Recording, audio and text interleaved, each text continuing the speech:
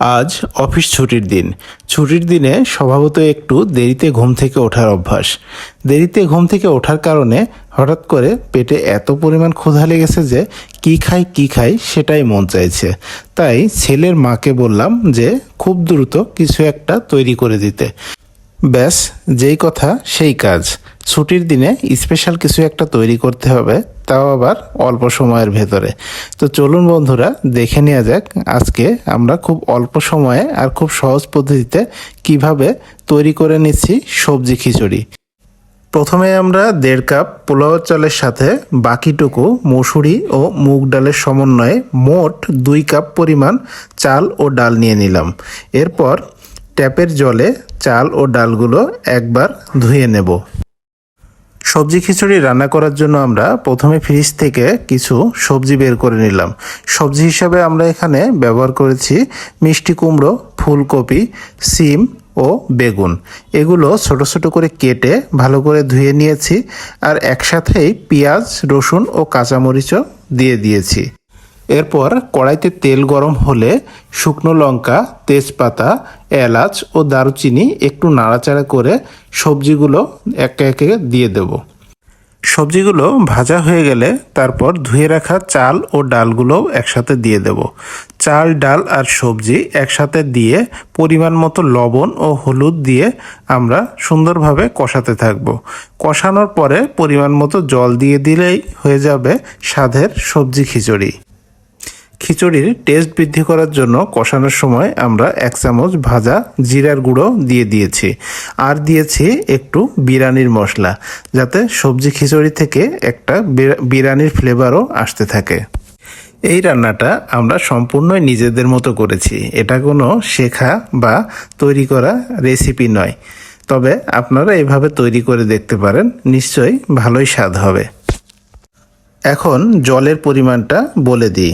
খিচুড়ি রান্না করার জন্য আমরা চাল ও ডাল মিলে মোট 2 কাপ পরিমাণ নিয়েছিলাম, তাই ঠিক 2 কাপের ডাবল অর্থাৎ 4 কাপ পরিমাণ জল দিয়ে আমরা এই খিচুড়িটি চাপিয়ে দেব।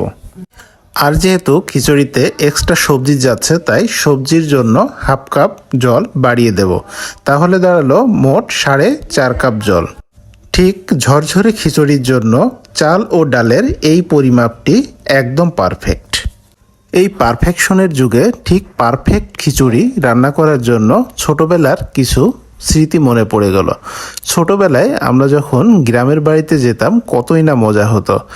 তবে অনেক মজার মাঝে এই শীতের শেষের দিকে আমরা সবাই মিলে চড়ুই ভাতি বা পিকনিক করতাম। পিকনিকে কিন্তু চাল, ডাল এভাবে দিয়েই আমরা খিচুড়ি তৈরি করতাম।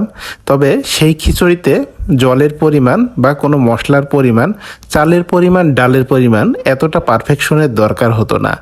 যে যেভাবে পারে একভাবে রান্না করলেই হতো। অনেক সময় চাল ফোটেনি, সেই খিচুড়িও কত মজা করে খেয়েছি। অনেক সময় খিচুড়ি গলে একেবারে লাবড়া হয়ে গিয়েছে, সেটাও কত মজা করে খেয়েছি। কিন্তু বর্তমানে এই পারফেকশনের যুগে একটু এদিক ওদিক হলে আমরা হয়তোবা বলি যে কি রান্না করেছো, এটা হয়নি, ওটা হয়নি, রান্নায় এই সমস্যা, ওই সমস্যা। ছোটবেলার সেই দিনগুলো সত্যি অনেক মজার ছিল, যেই মজাটা এখন 1000 টাকা দিয়েও কেনা যাবে না। যাই হোক, ছোটবেলার কথা বলতে বলতে এদিকে কিন্তু খিচুড়িও রেডি, আর সাথে গরম গরম ডিম ভাজিও রেডি। তো আর একটুও দেরি করা যাচ্ছে না, প্লেটে গরম গরম খিচুড়ি আর ডিম ভাজি নিয়ে এখনই বসে পড়ছি। ছুটির দিনে আপনারাও বাসায় এভাবে খুব সহজেই তৈরি করে নিতে পারেন দারুণ মজার সবজি খিচুড়ি। ভিডিওটি ভালো লেগে থাকলে আমাদের ইপি কিচেন চ্যানেলটিকে অবশ্যই সাবস্ক্রাইব করে আমাদের পাশে থাকবেন, কারণ আপনাদের ছোট্ট একটি লাইক বা কমেন্ট আমাদের এরকম ভিডিও তৈরি করতে অনেক অনুপ্রেরণা যোগায়।